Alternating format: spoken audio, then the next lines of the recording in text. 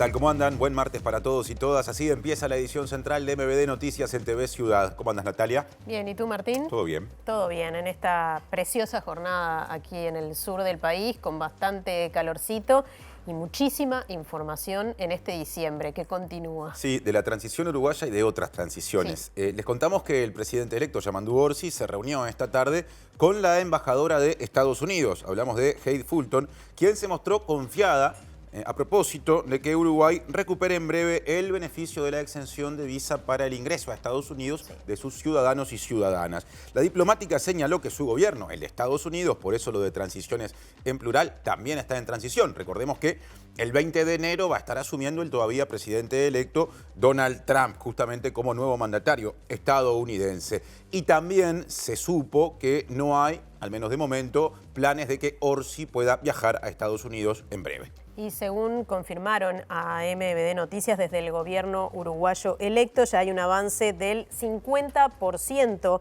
en la definición del futuro gabinete ministerial que será anunciado, como decíamos, el próximo martes 17. Con respecto al proyecto Neptuno, desde el Frente Amplio se ratificó la existencia de reparos, mientras el presidente electo expresó que le encomendará a un equipo técnico analizar el informe de la autorización previa que elaboró el Ministerio de Ambiente. Vamos a repasar en el comienzo otros asuntos también. Vemos los titulares.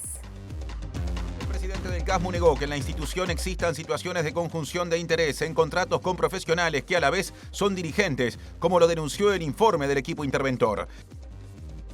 El Instituto Nacional de Estadística presentó los datos finales del censo realizado en 2023 que confirmaron el estancamiento del crecimiento poblacional. El comisionado parlamentario para el sistema carcelario presentó una serie de recomendaciones de reforma del sistema y reclamó mayores recursos para la atención de salud mental. Familiares de uruguayos detenidos desaparecidos, el equipo argentino de antropología forense y el grupo de investigación en antropología forense fueron reconocidos con el Premio Internacional de la Fundación Mario Benedetti. El Sindicato de la Industria Láctea prepara un paro nacional para el martes 17 de diciembre.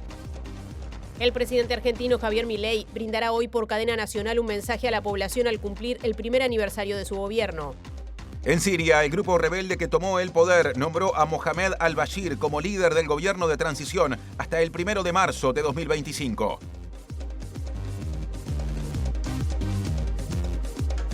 Bueno, como saben, nos pueden ver en vivo en todos sus dispositivos por tvciudad.uy a través de YouTube y también nos pueden escuchar por la radio de la Universidad de la República, uniradio.edu.uy y 107.7 FM. Hora de salir del estudio, Martín. Sí, porque el que tiene la agenda de la transición es Martín Duarte, que nos va a dejar desde uno de los móviles de hoy uno de los adelantos del comienzo. ¿Cómo te va, Martín? Martín, Natalia, buenas tardes para todos y todas. Sí, venimos haciendo el seguimiento de lo que fue esta jornada para el presidente electo Yamandu Orsi y también para el secretario y prosecretario. Estamos hablando de Alejandro Sánchez y Jorge Díaz, que estuvieron presentes en el Hotel Hampton, donde se está haciendo la transición. Esto va a ser hasta el 20 de diciembre y luego se van a mudar para aquí. Estamos en la zona de la Rambla Palermo, donde funciona este edificio Plaza Alemania. A partir del 20 de diciembre, ese equipo que está funcionando allí en la zona del aeropuerto de Carrasco se va a trasladar para aquí. Como bien decían ustedes, la agenda de hoy, además de lo que sigue siendo la conformación del gabinete, estuvo recibiendo a la embajadora de Estados Unidos. En algunos minutos venimos con los detalles de lo que fueron las reuniones y alguna información también extraoficial, más allá de que no hubo declaraciones del presidente electo, que pudimos obtener allí en el Hotel Hampton. Y de Palermo nos vamos al centro, aparece Julieta Núñez Tomás. ¿Cómo te va, Juli? ¿Cómo estás, Martín? Muy buenas tardes. Estoy aquí en la Plaza Cagancha porque aquí se encuentra el cuarto justamente encuentro de economía solidaria. Es una red nacional que tiene también una filial aquí en Montevideo y que es el cuarto año que en diciembre realizan esta feria de emprendimientos de economía solidaria y también de actividades vinculadas a esta economía solidaria. Si les parece, en unos minutos nada más vamos a estar conociendo estos emprendimientos y cuáles son las actividades que tienen para presentar. Adelanto sobre tema derechos humanos. El senador de Cabildo Abierto, Guillermo Domenech, apeló a una reconciliación nacional para cerrar las diferencias sobre el pasado reciente, mientras que desde madres y familiares de uruguayos detenidos desaparecidos se cuestionó al gobierno porque aún no entregó el documento reclamado, solicitado sobre esta orden que habría dado el Poder Ejecutivo a las Fuerzas Armadas para conocer la verdad sobre los crímenes del terrorismo de Estado. El Ministerio de Defensa el que define extender todavía el plazo. El ruido lo hace quizá el gobierno al no responder de forma inmediata. Si se dio la orden y la orden existe, es muy sencillo mostrar qué fue lo que se pidió y cuál fue la respuesta. Sería muy bueno un gesto de perdón, de cerrar ese capítulo, lo cual no significa para nada paralizar la búsqueda de desaparecidos. Bien, y quedamos esperando los detalles de esta jornada del presidente electo y su equipo. Nos dijo Martín Duarte que nos contaba. Adelante, Martín. Natalia, sí, una jornada de trabajo nuevamente que lo tiene al presidente electo Yamandu Orsi instalado con parte de su equipo allí en la zona del aeropuerto de Carrasco, en el Hotel Hampton, donde desde las 14 horas empezó y tuvo algunas reuniones ya pactadas, en primer lugar con la embajadora de los Estados Unidos, Hayden Fulton, que manifestó que en el encuentro intercambiaron sobre las intenciones del gobierno norteamericano de fortalecer las relaciones. De hecho, la embajadora hizo referencia a una gira que completó en estos últimos días por los 19 departamentos del país, destacando el atractivo que es Uruguay para las inversiones norteamericanas. En particular, como ustedes bien decían al comienzo, está prevista que se está llevando la transición también en los Estados Unidos, que tiene previsto que Donald Trump asuma el próximo 20 de enero. Descartó de plano que pueda haber un viaje de Yamandu Orsi a los Estados Unidos para reunirse con Donald Trump, y además se refirió la embajadora al acuerdo técnico alcanzado entre el Mercosur y la Unión Europea, manifestando que ojalá podamos fortalecer nuestras relaciones comerciales con el Mercosur. La embajadora destacó que su gobierno está justamente en este momento de transición. Ya vamos a estar hablando de otro de los temas que se refirió la embajadora de los Estados Unidos, que tiene que ver con la visa. Pero bueno, además de esta reunión que mantuvo el presidente electo, allí funcionan las oficinas del prosecretario y del secretario de Presidencia, Alejandro Sánchez, con el que pudimos también hablar algunos minutos, y a diferencia un poco de la incertidumbre en la jornada de ayer, hoy nos pudo manifestar que hay prácticamente un 50% del gabinete confirmado. Más allá de que no son públicos los nombres, ya hay un 50% de avance. El propio Sánchez se refirió que se está trabajando en un gabinete paritario y que ya está fijada la fecha del 17, o sea, el martes próximo, sobre horas del mediodía, a las 13 horas se está manejando, y seguramente sea en el Victoria Plaza donde se va a estar haciendo el anuncio oficial. El lunes estaría ya cerrándose los nombres del gabinete y el martes la presentación. Por otra parte, le decíamos, esta reunión con la embajadora de los Estados Unidos dejó otro de los temas que preocupan de alguna forma a los uruguayos, y es adquirir nuevamente la categoría o estar dentro del programa de los países que no necesitan visas para viajar. Hoy por hoy, si uno quiere viajar a los Estados Unidos, debe solicitar la visa, y en este caso la embajadora señaló que en el futuro tiene confianza de que vamos a eliminar el requisito de la visa. No hay una fecha prevista, señaló, ya que intervienen muchos factores, dijo la diplomática, pero entre los aspectos que podrían influir es que Uruguay está por debajo del 3% de visas rechazadas, y esto es uno de los factores que la diplomática señaló como auspiciosos para que Uruguay pueda reingresar en el programa. Si les parece, vamos a compartir algunas de las declaraciones que brindaba justamente la diplomática cuando salió allí del Hotel Hampton de esta reunión con Yamandu Orsi. Es una cosa buena para Uruguay, para Mercosur, y ojalá podamos seguir buscando maneras de fortalecer nuestras relaciones directas entre los Estados Unidos y Uruguay y Mercosur. Señaló que su país está en un momento de transición de gobierno y la nueva administración de Donald Trump todavía no ha definido las líneas de trabajo. También se refirió a la posibilidad de que a las personas de ciudadanía uruguaya no se les solicite más una visa para el ingreso a Estados Unidos. Seguimos en esta línea. Es muy importante destacar que hasta hoy en día se necesita una visa para visitar a los Estados Unidos, pero en el futuro tengo confianza de que vamos a realizar la entrada de Uruguay, la reentrada de Uruguay en este programa, pero ya no tenemos una fecha prevista. ¿De qué depende eso? Hay muchos factores. Estamos en el proceso de implementación de algunos acuerdos que hemos firmado durante el año pasado. Las noticias de que Uruguay ha bajado bajo del nivel de 3% en términos de las visas rechazadas, las aplicaciones rechazadas. Esto es una noticia muy importante y muy bienvenida, pero hay otros aspectos de implementación enfocado en el compartimiento de información y otros reglamentos que tenemos que seguir adelantando para realizar el logro de entrada. Bueno, por allí escuchábamos a la embajadora de los Estados Unidos que estuvo reunido en la jornada de hoy, allí en el Hotel Hampton. Como le decíamos, estamos aquí en la plaza del edificio Plaza Alemania porque el comando de Yamandu Orsi desde el 20 de diciembre va a estar trabajando en este lugar.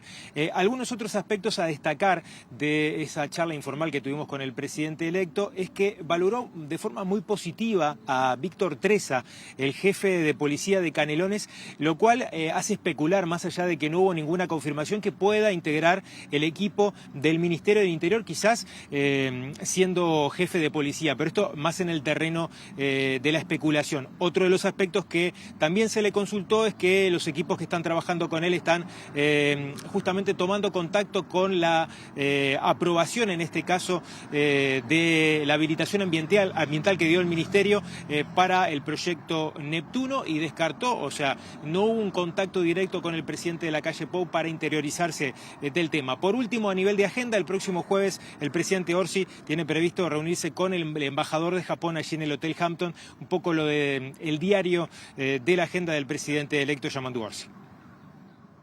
Presenta Antel. Renueva tu plan de fibra y paga la mitad por 3 meses.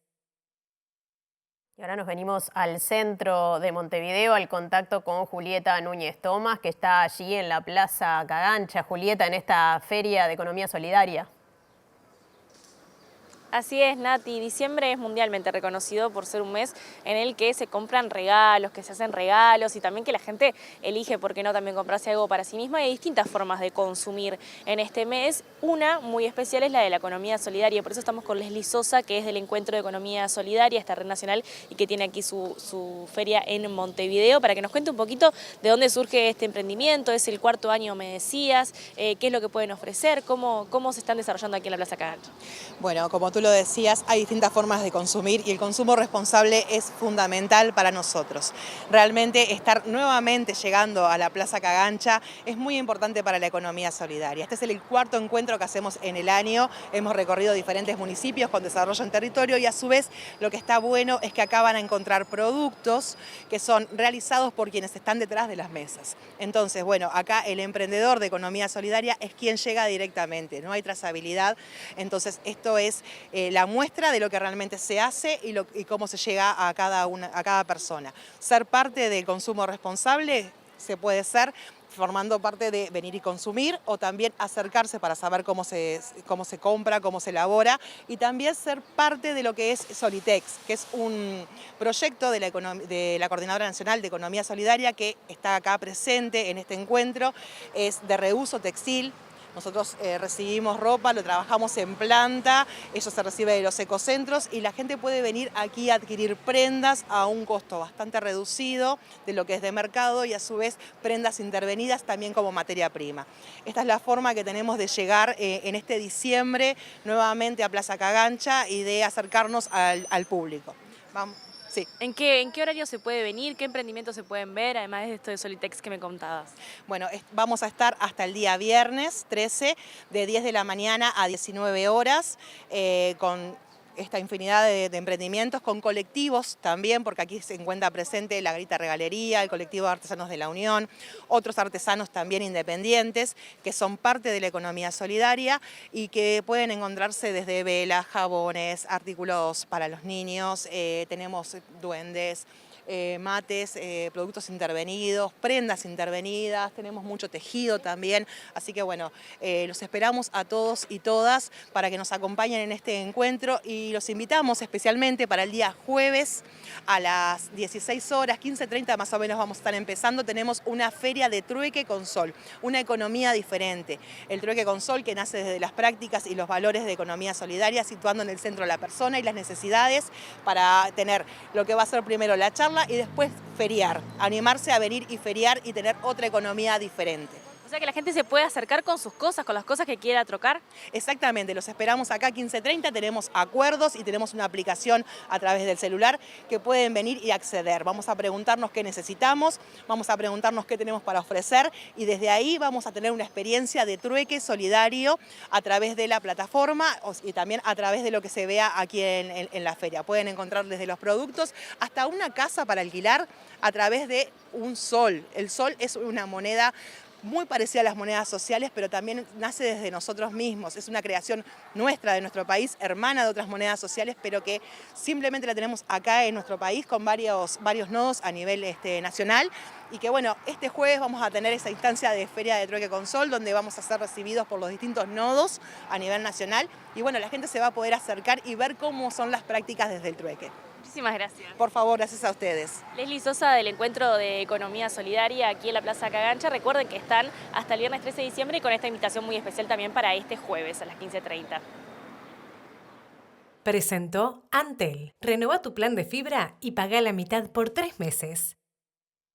Gracias, Julieta y equipo. Ahora pasamos a abordar la situación del CASMU, un tema que sigue estando muy presente en la agenda informativa porque el presidente justamente de la prestadora, Raúl Rodríguez, negó ante la Comisión de Salud del Senado que haya situaciones de conjunción de interés vinculadas a profesionales contratados por la institución que son al mismo tiempo dirigentes, yendo en contra de lo que establece el informe elaborado por el equipo interventor de la mutualista. Rodríguez compareció este martes junto al resto de la comisión directiva del CASMU y ratificó que no renunciará, además de afirmar que la institución no tiene problemas financieros o contables y que la asistencia está plenamente garantizada. Desde el punto de vista económico-financiero, yo soy médico, no lo hago yo, lo hacen los contadores. Nosotros desde que asumimos pusimos un contador que no había en lo que es el área de compras. El contador hace la valoración de los números, los contratos lo hace el profesor, así que más tranquilidad que esa no puedo tener. Estamos sumamente tranquilos. ¿Cómo se tomaron los cuestionamientos de algunos sectores que piden la destitución de las autoridades? Bueno, estamos en un momento especial. Yo voy a estar de presidente hasta septiembre, en septiembre hay elecciones, en las elecciones de este país es donde se determinan las autoridades que siguen o no siguen, ya sea en CASMU, ya sea a nivel del país. Uruguay está caracterizado por el voto y no por el atropello. Nosotros estamos caracterizados en Uruguay por el voto. Acá se eligió un gobierno, ahora se cambió, viene otro gobierno. En el CASMU es lo mismo. En septiembre va a haber elecciones, si los médicos, que son los que votan, deciden que Raúl Rodríguez no sigue, no sigue. De otra manera es intentar ir contra lo que marca el estatuto. El estatuto marca que las autoridades solo pueden ser desplazadas bajo determinadas condiciones. No se dan las condiciones, así que las autoridades no van a ser desplazadas. Yo no voy a renunciar. Rodríguez ratificó que al contrario de lo que ha dicho la ministra Karina Rando, el Ministerio de Salud Pública no envió al CASMU el informe completo con el detalle de las presuntas irregularidades que se presentó al Parlamento y a Fiscalía. No hay irregularidades y no tenemos fallas, concluyó Raúl Rodríguez. Bien, y el senador del Frente Amplio, José Núñez, presente en esta reunión, dijo que hay una preocupación general por la situación del CASMU. Sí, también participó de esa sesión de la comisión parlamentaria el senador nacionalista reelecto Sergio Botana, que dijo que, a su entender, hay una clara situación de persecución hacia las autoridades de la mutualista.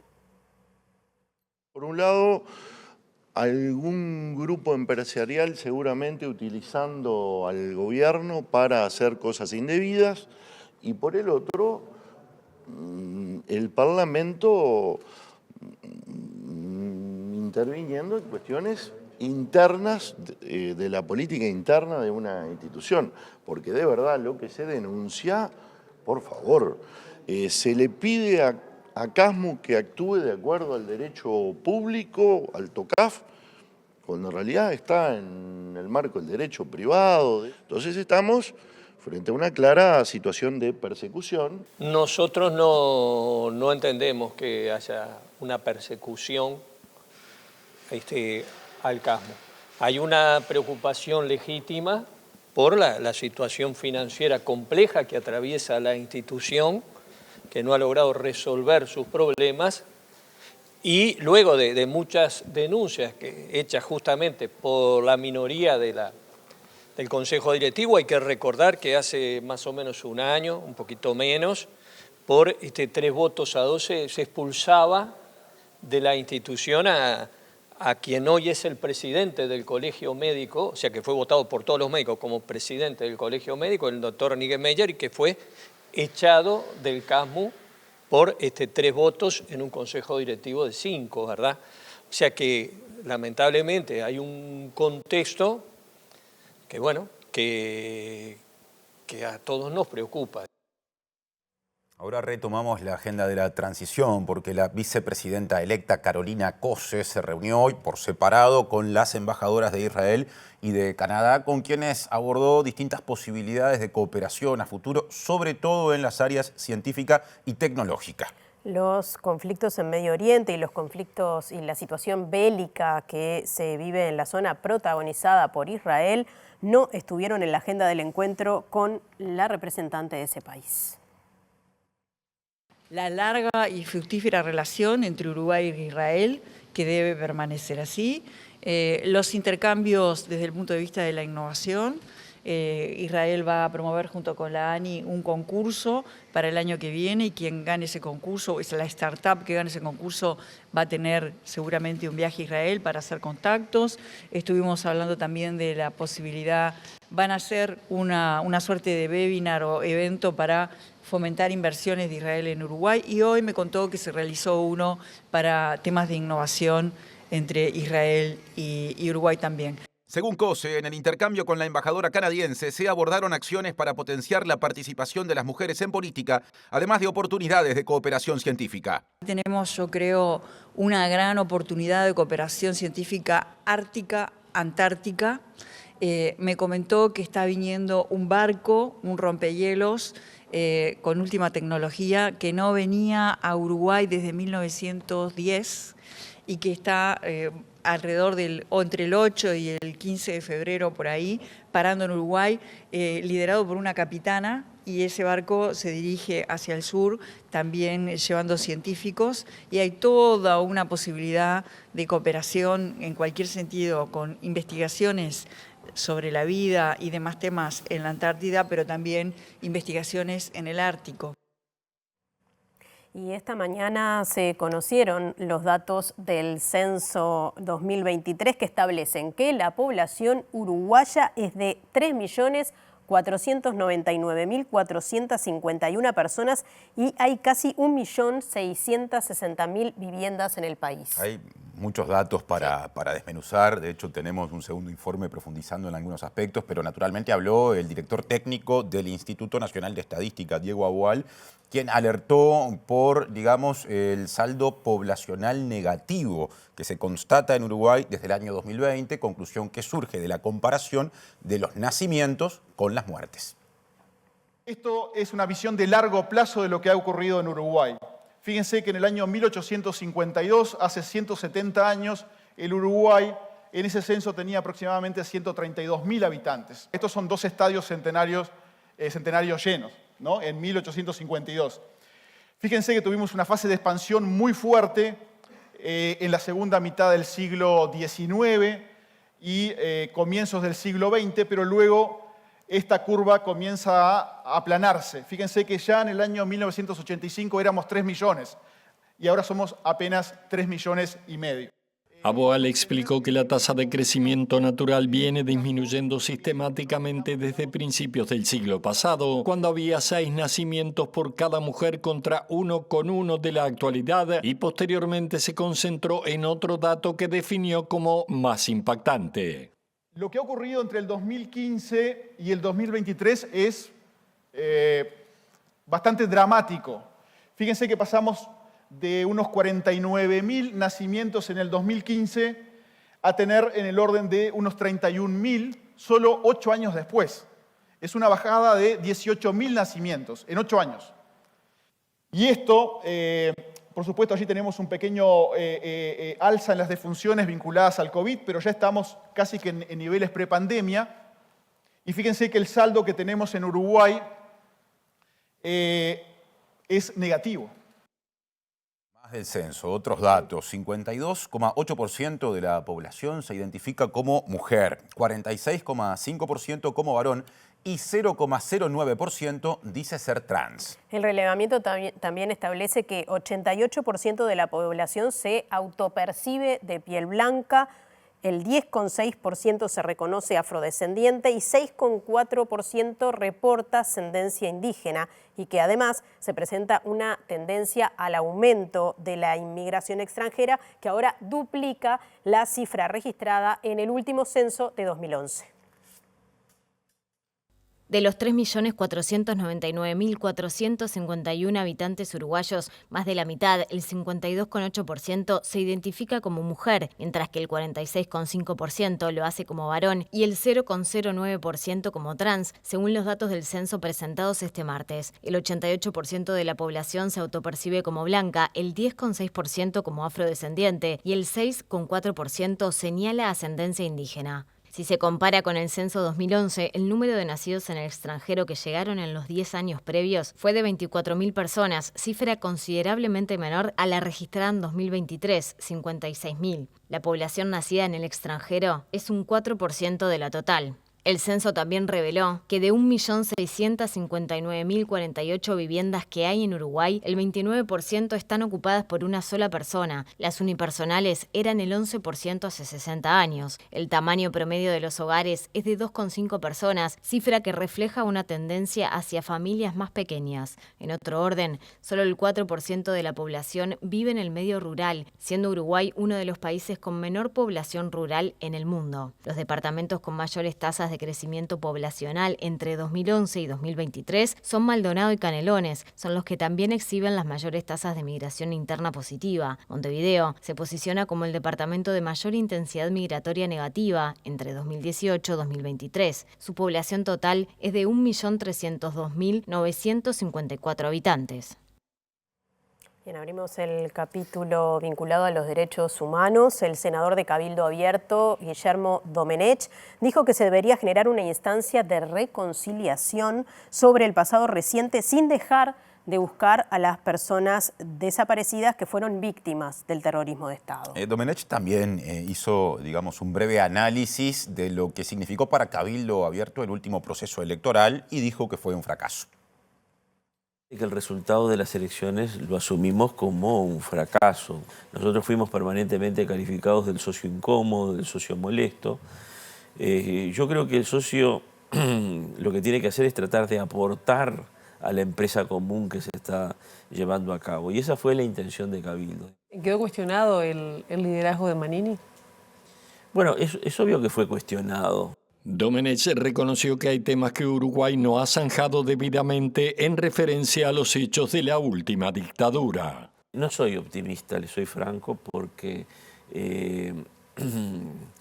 creo que estamos un poco como paralizados en los planteos, tanto de un sector como de otro, con una sensación que es agridulce, ¿no? Cuando aparece un cuerpo, porque uno dice lo que debe haber sufrido esta persona, que seguramente no se merecía terminar su vida de esa manera. Que creo que sería muy bueno un gesto de perdón, de cerrar ese capítulo, lo cual no significa para nada paralizar la búsqueda de desaparecidos.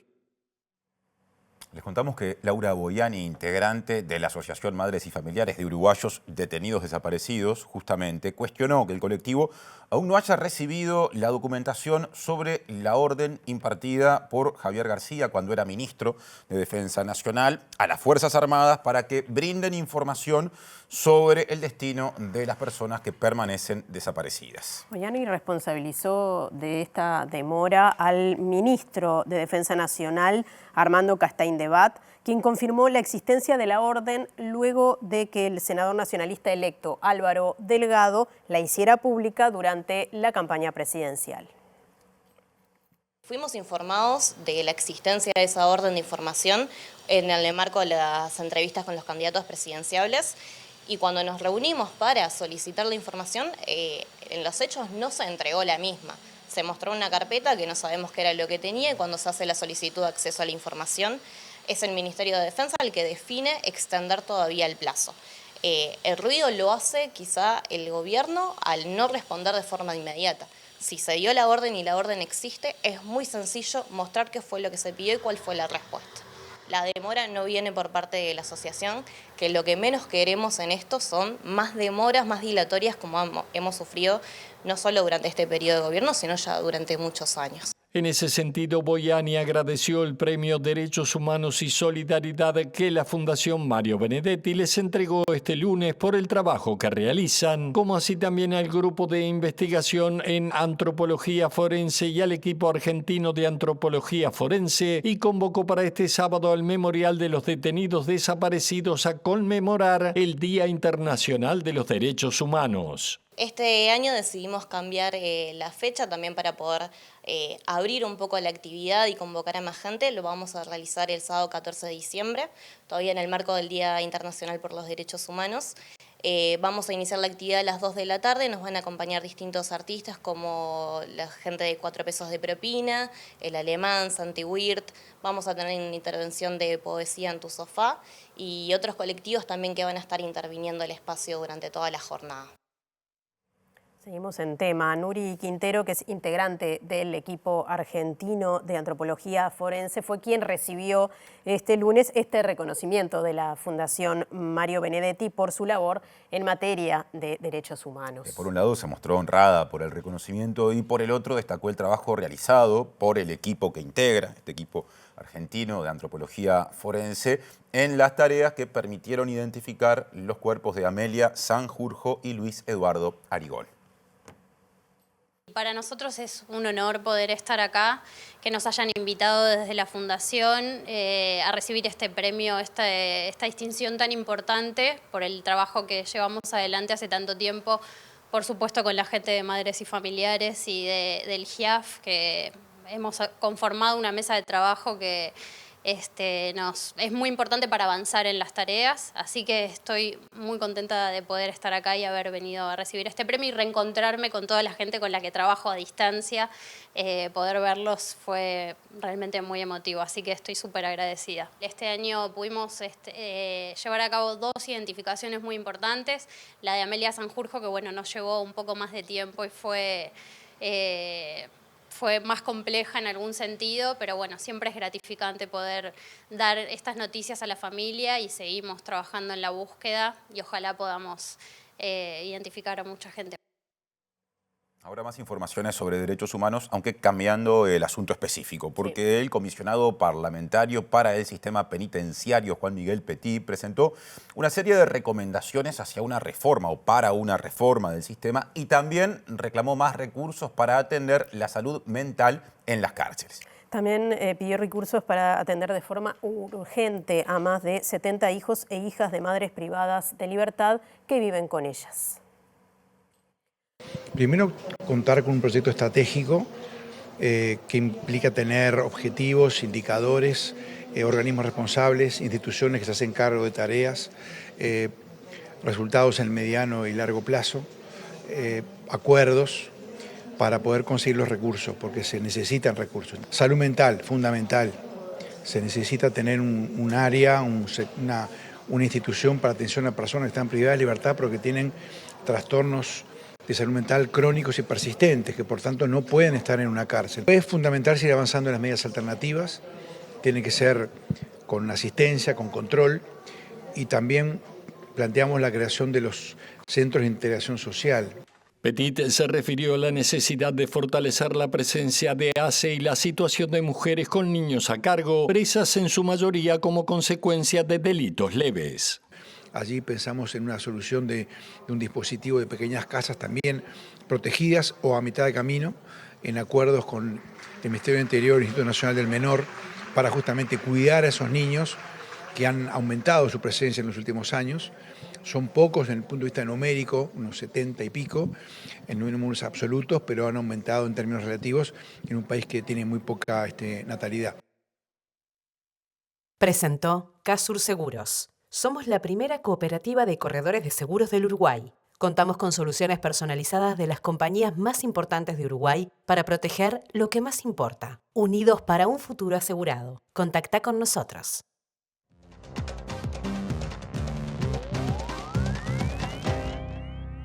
En el cierre del año, Germán de Agosto en su columna está planteando desafíos del país en este momento de transición entre gobiernos. Crecer más y distribuir mejor es uno de los desafíos que plantea y el que abordará en su columna de hoy. ¿Cómo te va, Germán? ¿Cómo andas, Tincho? Te propones bastante ahí con ese título que recién repasé. Sí, vamos a comenzar entonces por lo que sería el diagnóstico en torno al crecimiento. Sí, acá tenemos básicamente todo lo que ha pasado desde la salida de la crisis del 2002. Si te fijas, hay un patrón bien marcado, un crecimiento extraordinario a la luz de lo que fue nuestra historia entre el 2003 y el 2013 a una tasa anual del 5,5%. Es la línea verde punteada que atraviesa las torrecitas blancas. Sí. Pero a partir del 2015, si te fijas, el crecimiento baja. ¿Sí? Tenemos la crisis, naturalmente, pero cuando miramos el promedio, es un promedio menor al 1% anual. Desaceleración. Es una desaceleración, sí. Eso cubre todo lo que tenemos datos, que es hasta 2023, pero si lo extendemos un poquito más para tomar las últimas proyecciones, no cambia el diagnóstico de un crecimiento bajo. Y según justamente Gabriel Odone, el desafío de apuntalar el crecimiento es uno de los principales temas que hay en la agenda en materia económica, porque es lo que dispararía justamente lo otro, en particular asociado a nuestro esquema de cohesión y convivencia social. Eso supone un rol importante, relevante para el Estado, claro, que requiere de recursos, los recursos requieren recaudación y la recaudación requiere crecimiento. ¿Sí? Por eso el crecimiento es un medio, no un fin en sí mismo. Ahora bien, esto es el diagnóstico, un bajo crecimiento durante más de una década. ¿Sí? Vamos una plaquita más y nos vamos a un planeta un poco más abstracto. ¿Sí? Esto es básicamente un resumen de por qué crecen los países. ¿Sí? Esto es los determinantes que se llaman próximos, los que están más cerquita del crecimiento, pero son explicados por los determinantes últimos. Ajá. En particular, un país puede crecer por dos vías. A ver. Porque acumula factores de producción, y eso es capital humano y capital físico, inversión, o porque encuentra mejores formas de combinarlo, que es lo que llamamos productividad. ¿Sí? Arriba tendríamos un modelo chino, por ejemplo, y abajo un modelo alemán de crecimiento. ¿Sí? Pero detrás de estos motivos justamente juegan otro conjunto de acciones que nos dan las pistas de por dónde deberían ir justamente las reformas asociadas a esa agenda pro crecimiento. Tenemos educación, tenemos naturalmente capacitación o recapacitación, ¿sí? en particular en el marco de los cambios tecnológicos, proceso de innovación, cómo se difunde la tecnología entre distintos sectores, entre distintas empresas, qué mecanismos tenemos justamente para financiar, por ejemplo, la inversión en infraestructura, ¿sí? Obviamente el clima de negocios, la estabilidad macro, que es una de las condiciones primeras que establece Odone en su agenda pro crecimiento, ¿sí? Las instituciones, como nos demuestra el último premio Nobel, las políticas públicas y otras cosas que son más estables como la cultura o la geografía. Entonces, a partir de esta placa más teórica, vamos a conectar el mundo del crecimiento con el mundo de la distribución o la forma en que podría derramar ese crecimiento, y justamente eso nos lleva al desafío de fortalecer la malla de protección social, justamente que incluye acciones en estos puntitos que estamos caracterizando acá. Vamos a una más. Sí. Y vamos a hacer otra caracterización. Ya hemos tenido varias caracterizaciones de la población vulnerable. Esta es una más. ¿Sí? Tenemos básicamente acá es cantidad de personas. Esto es cifras del Uruguay actual, digamos. Es el Uruguay actual, ¿sí? Son datos procesados por CPA Ferrer. Y lo que tenemos es personas que están por debajo de la línea de pobreza. Más o menos 325.000 personas viven en hogares cuyos ingresos están por debajo de la línea de pobreza. Luego tenemos una franja de la población, que es la que está en el medio, esos 200.000 personas que están por arriba de la línea de pobreza, pero no tanto. ¿Sí? Es decir, son vulnerables a los vaivenes del ciclo económico. Ajá. Cuando la cosa anda mal, caen en esa caracterización binaria que tenemos de personas pobres. ¿sí? Y finalmente tenemos más o menos 111.000 personas que hoy viven en asentamientos. Entonces, si sumamos todo eso, nos da que hoy por hoy tenemos más o menos 638.000 personas que residen en algún hogar que tiene estas vulnerabilidades, que son más o menos 171.000 hogares. ¿Cómo se llega al número de 171.000? Son los que, porque lo procesa la encuesta continua de hogares y básicamente estos son los que contienen a todas estas 638.000 personas. Es interesante eso porque hoy se conocieron los datos del censo, abro un pequeño paréntesis, y dice que hay en este país una vivienda cada poco más de 2 personas. Bueno, hay gente que vive en viviendas más pobladas, como lo demuestra esta relación que estamos viendo en pantalla. Siempre tenemos los problemas asociados a mirar los datos en promedio, ¿no? En definitiva no refleja lo que pasa en las puntas. Y acá justamente vos traes el censo y una de las formas de crecer es a través del capital humano. Eso tiene 2 concepciones. La concepción de la cantidad, naturalmente en Uruguay estamos medio jodidos por ese lado, la inmigración podría ser, o la calidad del capital humano. ¿Sí? Entonces ahora que tenemos como esta caracterización, tanto de los hogares vulnerables como de la población vulnerable, vamos un pasito más y en la próxima placa nos metemos a recorrer justamente para caracterizar y desentrañar cuáles son las condiciones de estas personas. ¿Sí? Es un ejercicio que hemos hecho a través de otros enfoques, pero si te fijas, de esas 638.000 personas vulnerables, hay 35.000 que son jubilados o pensionistas. Después tenemos 65.000 que son inactivos, más o menos un 10%. Es decir, no están trabajando ni están buscando trabajar. Después tenemos desocupados, es decir, personas que están buscando activamente trabajo. Hay 66.000 personas que están buscando activamente y no consiguen. Y luego tenemos esas 2 categorías que son personas que están ocupadas. Tenemos arriba las personas que tienen un ingreso superior a los 25.000 pesos líquidos. Tomamos ese umbral porque es el umbral de los salarios sumergidos del Cuesta Duarte, ¿sí? 83.000 personas. Y justamente 25.000 pesistas, es decir, personas que están ocupadas pero cuyos ingresos son inferiores a ese umbral, son 130.000, ¿sí? Casi. Y después tenemos menores y estudiantes que son 260.000 personas. Así que si te fijas, tenemos distintas categorías, pero la que podríamos atribuir a la inactividad son solamente menos de un 10%. El resto o está trabajando, o está buscando trabajar, o es menor, o es estudiante, o está jubilado, o cobra una pensión. Lo que habla de la calidad de los ingresos y también de la falta de oportunidades en muchos casos. Exactamente, por eso lo asociamos con la placa anterior y entonces lo que tenemos es justamente un conjunto de acciones que tienen que ver con la parte educativa, con la parte de transferencias no condicionales, con la parte del sistema de cuidados, con la parte de empleabilidad. ¿Sí? Mira, si damos una plaquita más, vos mencionabas ahora justamente la educación y tenemos esta caracterización. Secundaria incompleta, entre los inactivos el 90% no terminó la secundaria. Entre los desocupados un 86% y también son registros altos para las personas que están en esos umbrales de 25.000 pesistas. Son casi 90% en los 4 casos, redondeando, ¿no? Exacto. Y si vamos una, ahí lo tenés abajo, el 89%. Y si damos una plaquita más, lo que tenés es justamente cuánto es el ingreso per cápita del hogar al que pertenecen, ¿sí? Y en promedio te da menos de 15.000 pesos. Entonces, cuando vos pensás en el crecimiento justamente como un medio para obtener los recursos, también eso viene acompañado de políticas asociadas a la protección de esa malla justamente social que supone acciones a nivel educativo, como caracterizamos recién.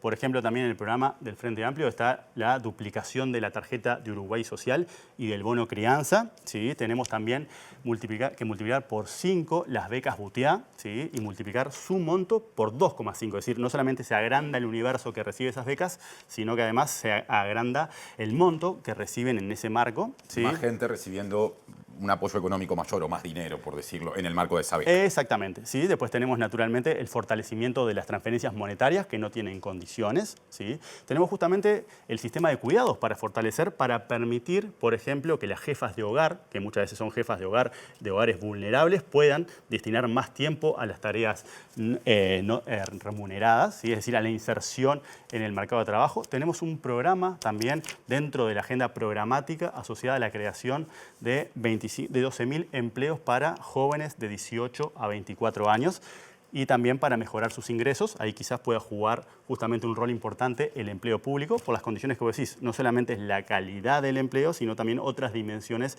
donde hoy tenemos problemas. También se plantean acciones vinculadas a aumentar la cobertura en el marco de los niños que asisten a la ANEP y otro conjunto de acciones que justamente están destinadas a mitigar estos problemas que muchas veces son estructurales y que supone justamente una perforación relevante de nuestra malla de protección social, para lo cual antes se precisan recursos recursos, de ahí la necesidad de crecimiento que pone O'Donnell sobre la mesa, pero sobre eso también se necesita un conjunto de acciones que van más allá de lo monetario y que hacen a esas condiciones que señalamos que son relevantes para crecer más en el largo plazo. Interesante, Germán. Te esperamos con otro desafío la semana que viene, si es posible. Sí, nos queda el cuarto desafío. Muy bien, lo tendremos la semana que viene. Ahora tenemos pausa, no se vayan. Ya sigue MBD Noticias en TV Ciudad. Presentó Casur Seguros. Somos la primera cooperativa de corredores de seguros del Uruguay. Contamos con soluciones personalizadas de las compañías más importantes de Uruguay para proteger lo que más importa. Unidos para un futuro asegurado. Contacta con nosotros.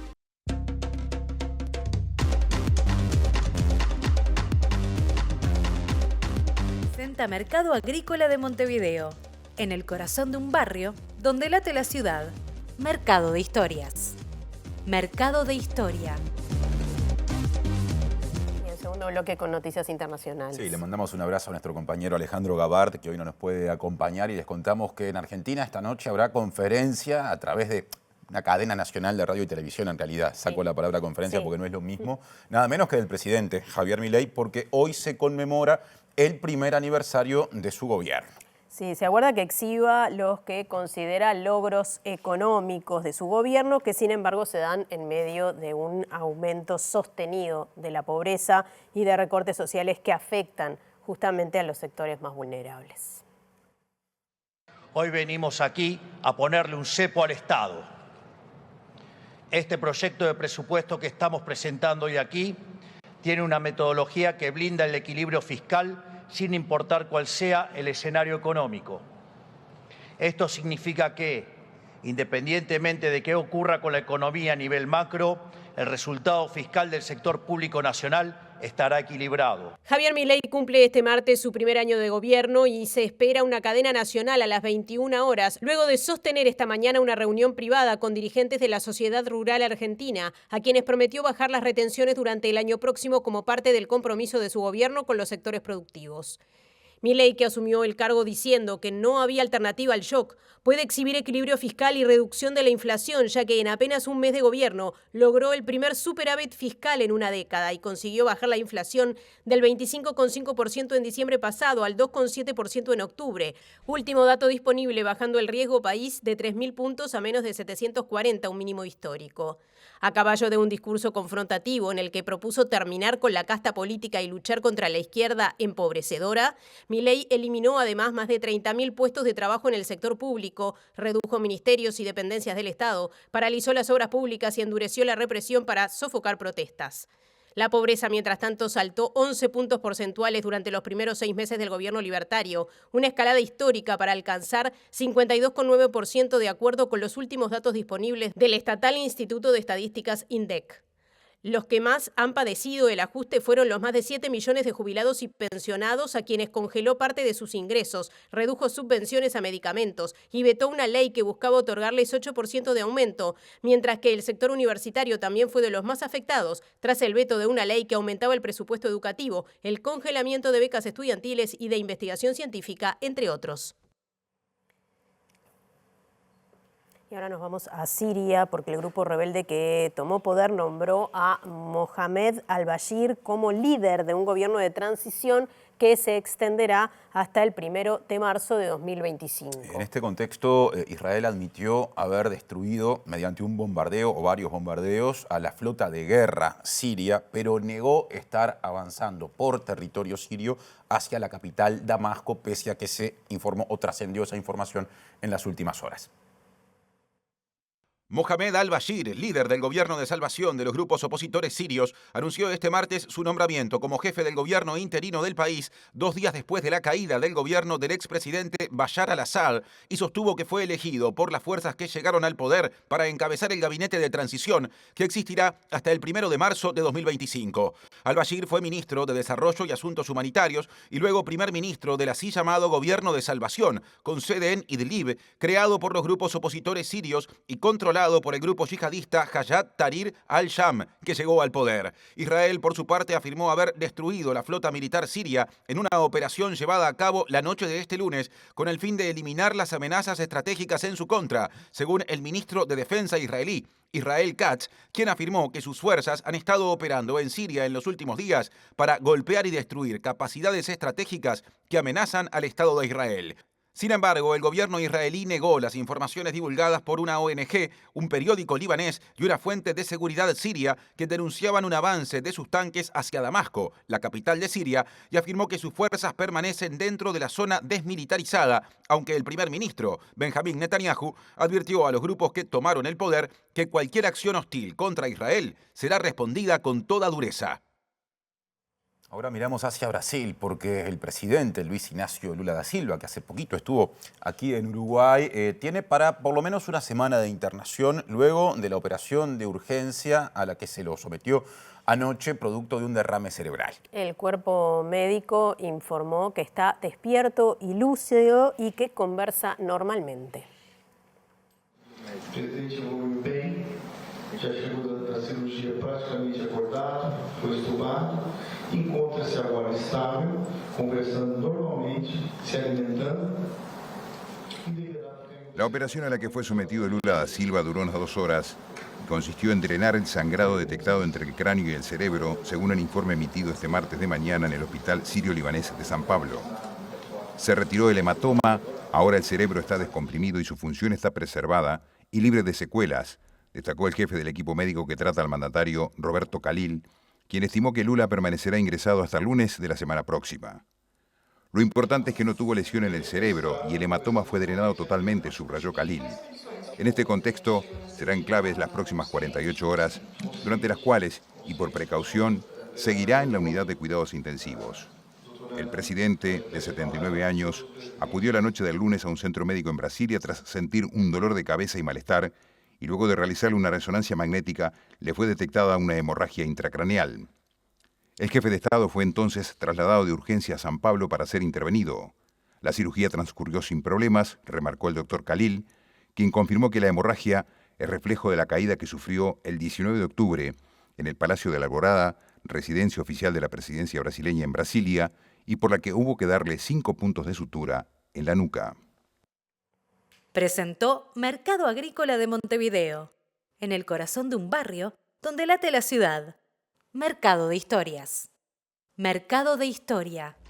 Bien, último bloque de MB Noticias. Que abrimos con información importante y preocupante al mismo tiempo. Atención a estos datos. 39% de los embarazos infantiles atendidos en ACE son producto de abuso sexual y en solo 22%, o mejor dicho, y en 22% de los casos no se puede descartar que haya existido abuso. Solo en un 39% de los casos registrados entre 2021 y 2024 no se detectó abuso sexual.